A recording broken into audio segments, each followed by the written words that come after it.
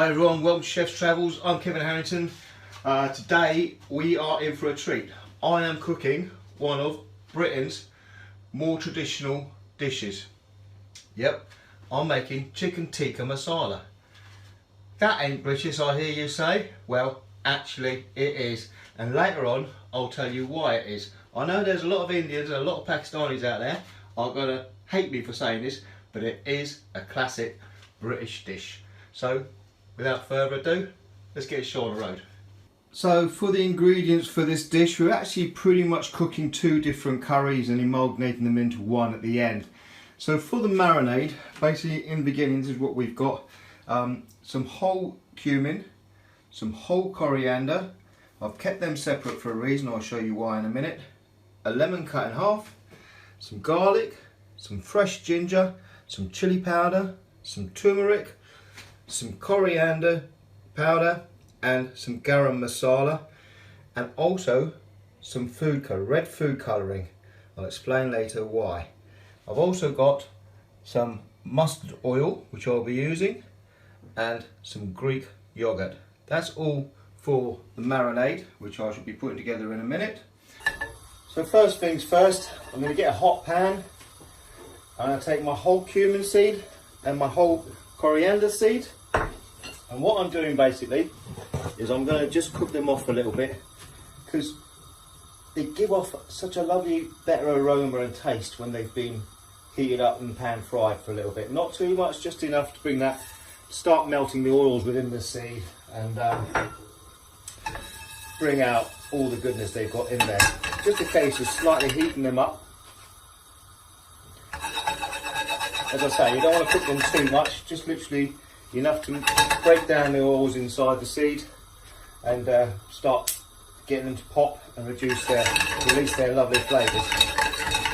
So there you go, I can smell the aromas coming off them now.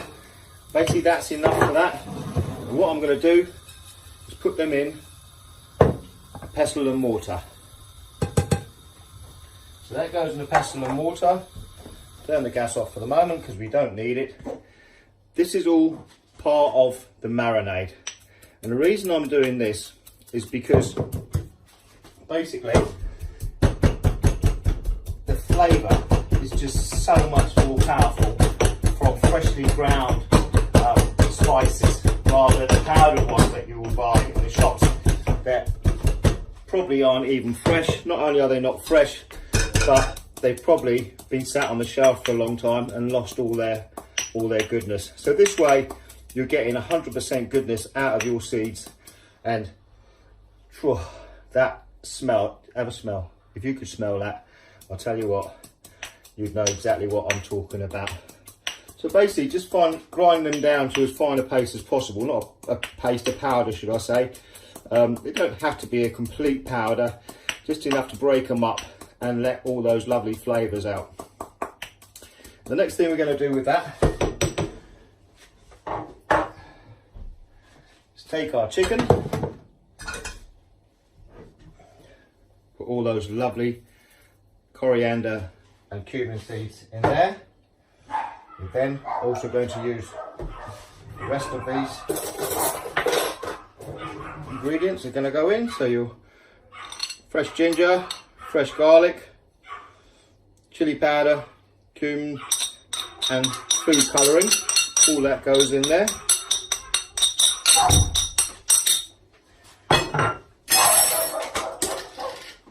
Next we're going to use Greek yogurt.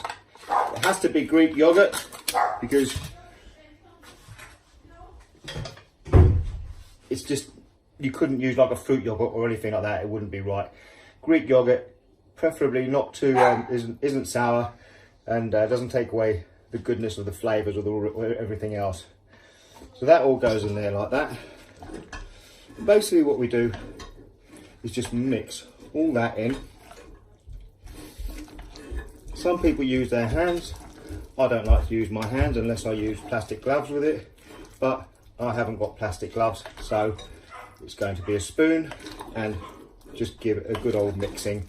Absolutely fine, no problem at all. Some fresh ground pepper in there.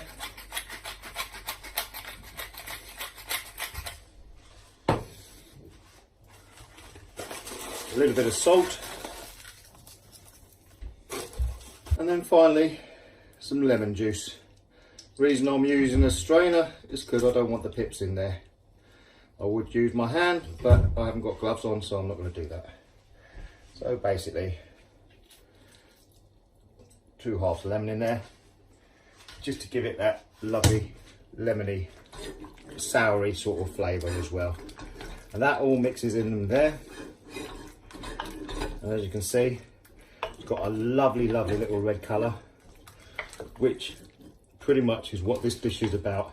The colour, the taste, everything about it is what makes it a chicken tikka masala. So that's pretty much good enough. Now what we're going to do with that is leave it in the fridge.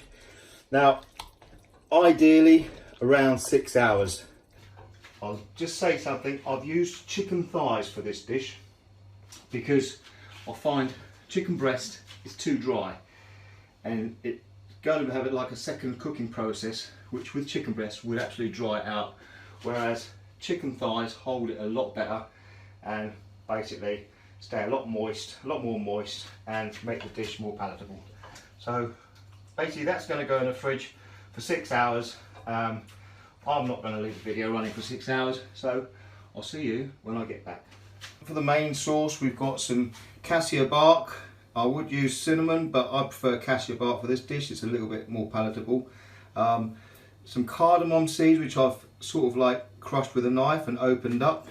Some cloves, whole cloves, some whole coriander, and some whole cumin seed, and some bay leaves.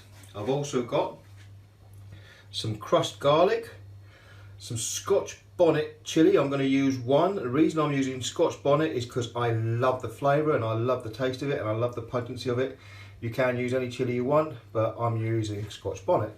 Some garlic, some chilli powder, some turmeric powder, some cumin powder, and some garam masala, and also a little bit of food colouring. I've also got some chopped tomatoes, some chicken, and 2 onions, finely diced. They really have to be finely diced because they're going to break down. And also some ghee. I've also got some cashew nuts soaking in some milk. I shall explain that all reason why later. I've also got some rice soaking in some water, some double cream, some fresh coriander. I've got the stalks cut up in one pot and the leaves cut up in another. Again, I shall enlighten you at a later stage why I've done that. So without further ado, let's get cooking. And so this is how we start making the sauce. Basically, hot pan, put your ghee in. If you want to use olive oil, you're very welcome to. If you want to use sunflower oil, if you want to use any oil, nut oil, absolutely brilliant. Use whatever you like. I love ghee, I love the flavour, and it also gets to a lovely hot heat without burning. I'm also going to put a little bit of mustard oil in with the ghee. The next thing we want to do is put all our dry spices in there. All our seeds and spices in there. Basically going to let them cook out a little bit until they start popping. We don't want to cook them too much. Once they start popping, that's when they start releasing all their flavours. And already I can smell the lovely fragrance coming off there. So gorgeous. I'm so pleased to be cooking this dish tonight. One of my favourites. You know what? When they always say, what would be if they told you you're going to have your last meal? What would it be? Well, this one definitely ranks within the top 5 of my favourite dishes. So in with the onions, and what we want to do is brown these onions off. They really need to have a brown flavour, a brown colouring. You don't want the heat too high, so you don't want to burn them. And bearing in mind, these are also going to be reducing down for about an hour. So basically just enough heat to colour them, get them going golden brown.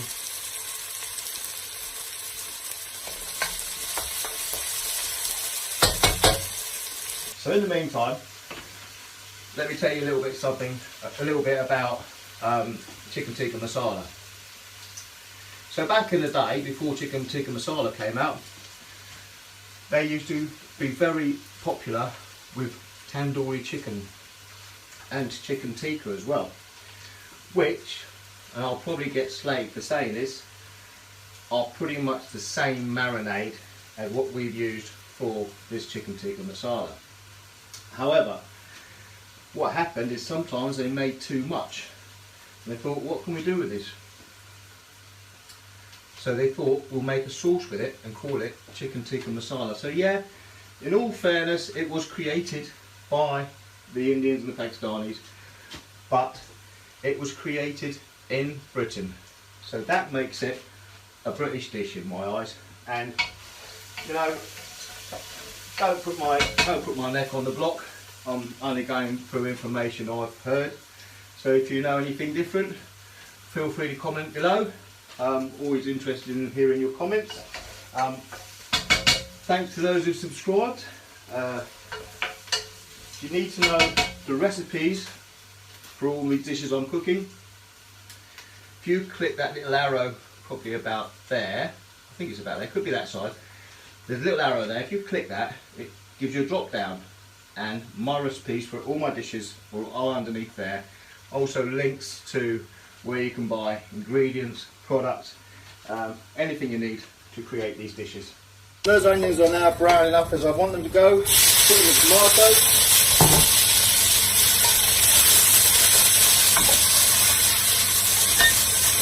And that's going to render down the lovely sauce.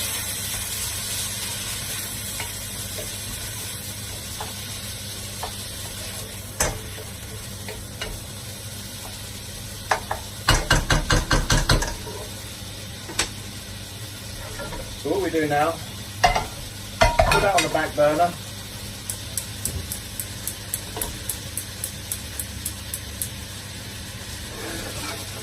And let that cook away on a low heat for about an hour. I'm just going to put a lid on it.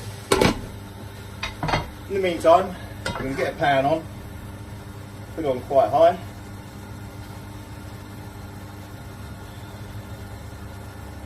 Put some mustard oil in there.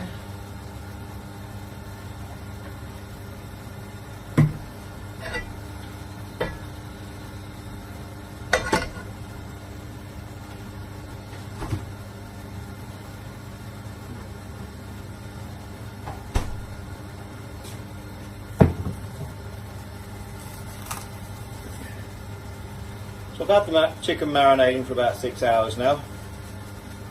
Give it a little stir, make sure it's all mixed in. And what we want to try and do is individually cook each piece. I don't want to pour it all in there because I want it to fry. I don't want it to stew. Now you could put this in the oven. If you had a tandoori oven, even better still.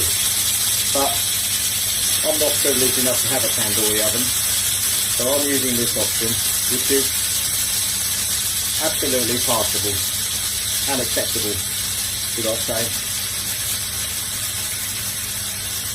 So it's a bit of a patience game, you know, don't rush it. You've got to take time with food.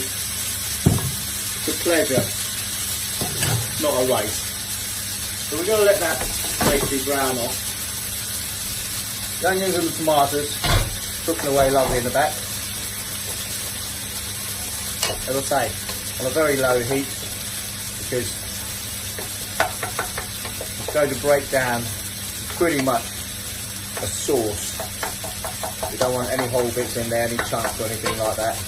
I haven't put any water with it or anything because, as I say, I want it to reduce down to a kind of like a paste. That's all cooking away nicely. You can see those colours are just absolutely magnificent. It looks mouth-watering before it's even ready. We don't want to burn this, we want to just get it just right. So it's got that, look at that nice orangey effect on it. Because that is the colour we're looking for this dish. As you well know, when you go to a little Indian restaurant, this is how it comes out looking. And I guarantee you, once you try this recipe, I don't mean to take anything away from the restaurants, but this is definitely hands down much better. Flavours, you know, and the fact that you made it at home as well. You haven't got to go outside, you haven't got to go out. Absolutely brilliant.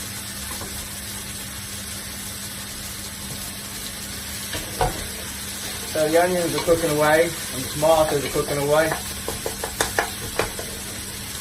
Coming up into a nice little paste.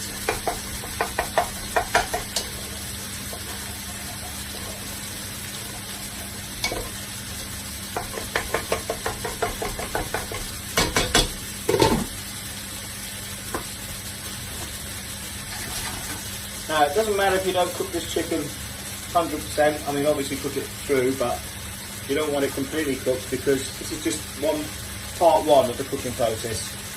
There's going to be a second phase to it, which will cook it completely out. You don't want to cook it too much at this point because again, you don't want it drying out.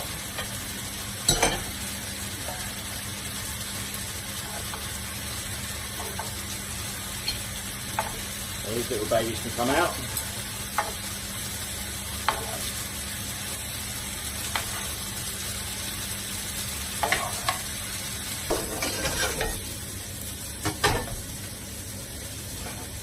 So the onions and the tomatoes have broken down and started to form into a paste.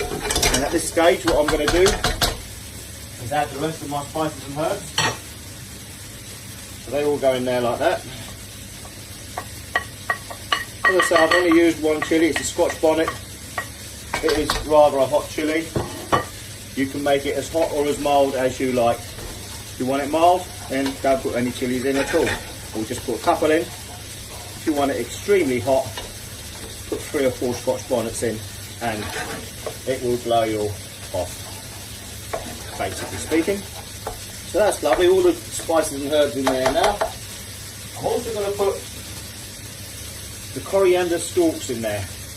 The reason I say stalks is because they actually hold the most flavour. Coriander stalks hold the most flavour. Leaves are really good to garnish, but if you want a pungent, lovely flavour, the stalks are what's got it. Just give those little chicken bits a turn over. You don't want them burnt.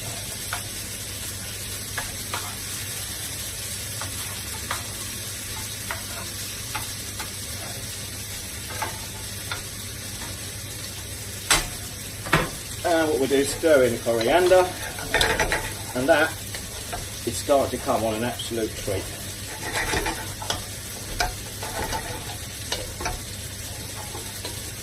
And the smell coming off that is absolutely gorgeous.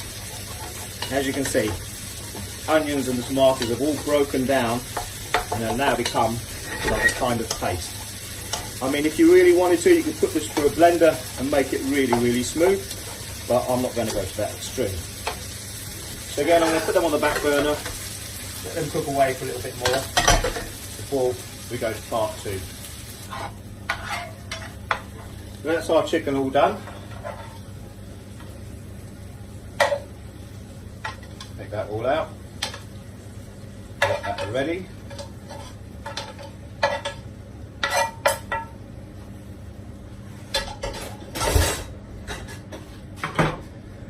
And on to part 2. I'm going to turn the heat up a little bit.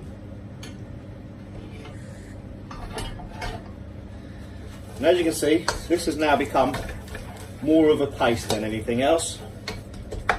A lovely curry flavoured paste. And what we're going to do at this stage, although I didn't have it in the recipe, I'm also going to put some tomato puree in there because it just gives it an extra boost.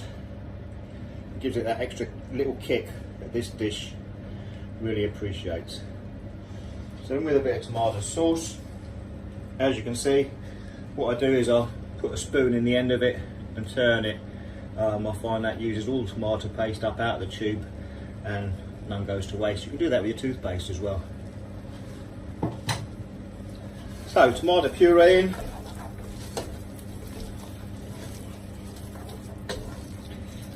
And the next thing we're going to do is turn the heat up a little bit. And in goes our chicken. I can guarantee you, my kitchen now smells. My kitchen actually smells like an Indian restaurant. And I'm not complaining, because I love that smell. So basically mix everything in on a high heat, let all those flavours amalgamate, come together.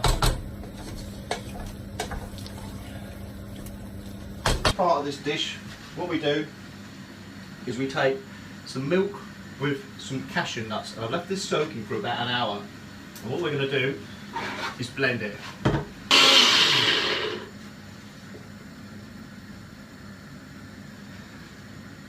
So there we have it, milk with cashew nuts, and that gets poured in there like that. If you don't have cashew nuts, then use walnuts or any other nuts, but I find cashew nuts are absolutely the perfect for this one because they're not too flavoursome. If you do have someone who suffers from nut allergy, make sure they know about it, because you don't want any upsets at the dinner table. So there you go. As you can see, Chicken Tikka Masala is coming on a treat. And for the final touch of this dish, we add to this some double cream. Good old traditional English double cream, and that goes in there like that.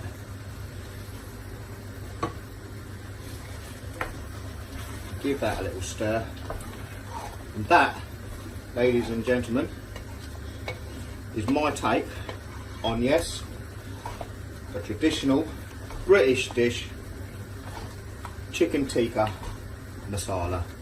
The water for the rice is boiling away. What we're going to do, drain all the water off. This rice has been soaking for about an hour.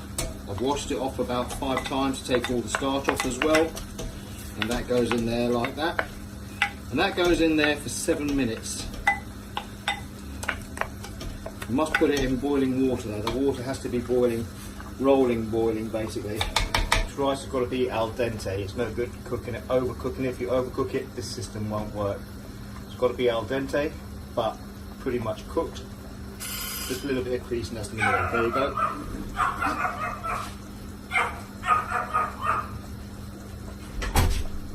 The bell has gone.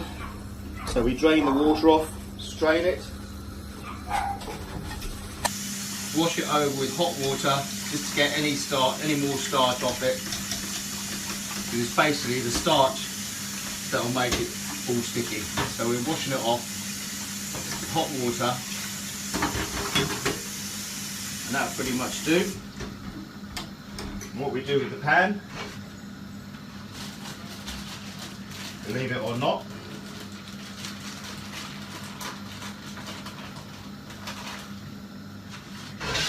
on the heat, 2 pieces of bread in the bottom, like so. Excuse fingers, but no one's going to be eating that bread anyway. The next thing we do, take our rice, and the rice goes on top of that, like so. May seem a bit bizarre. Just put some butter in there, like so.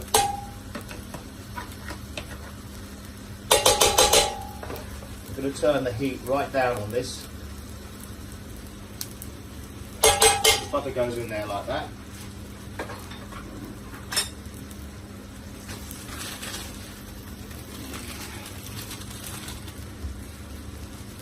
Next thing we do, some saffron. Some people mix their saffron with water. I like to keep the whole thing so that it just gives off all its flavour, and the steam from the rice should be enough to make that happen. And then what I do with the red food colouring, a little drop there, a little drop there, and a little drop in there. Now if you had some blue food colouring or some green food colouring, you can put that in there as well, and then when you stir it at the end, you're actually going to have what is commonly known as rainbow rice. So with that all done, what we do, put a lid on it, and that goes on the back burner on a really low heat, probably about another half hour. So that rice has been cooking away for about half hour now.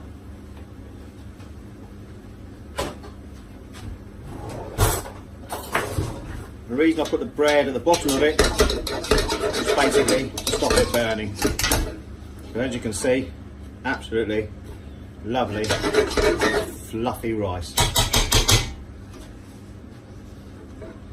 So thank you everyone who's subscribed to my channel so far. If you'd like to subscribe or give me a cheeky little thumbs up, all really appreciated. Today we've been cooking chicken tikka masala, one of my favourite dishes, traditional Brit dish. There's some people who disagree with that. There's other people who say, yeah, it's definitely a Brit dish. Try to say that when you're pissed. A Brit dish. Now, this is being cooked today because a very good friend of mine, a subscriber named Mr. Paul Edwards, asked me if I could make a chicken tikka masala. Well, Paul, there you have it. I've made this specially for you. If only you were here to taste it, I'll probably share a beer with you whilst we're at it. But unfortunately, you're not. So. Thanks for choosing this dish anyway, chicken tikka masala. And so, ladies and gentlemen, as usual, the proof is in the pudding. This is my dish. Thank you very much for joining us here at Chef's Travels. Today's been an absolute pleasure. Again, one of my favourite dishes.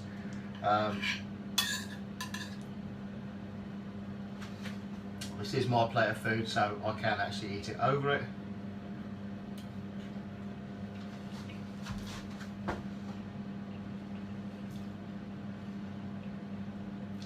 You know what? I'm going to keep this ending very short because I'm actually going to go and devour this like an animal and like it should be devoured, because it is absolutely divine, gorgeous, fantastic. You know what? If this had been served to me in an Indian restaurant, I wouldn't believe that it had been cooked by a British chef, but it is, after all, a British meal in it, a trad British dish. So on that note, thank you for joining me at Chef's Travels. My name's Kevin Harrington, and hopefully see you on the next mission.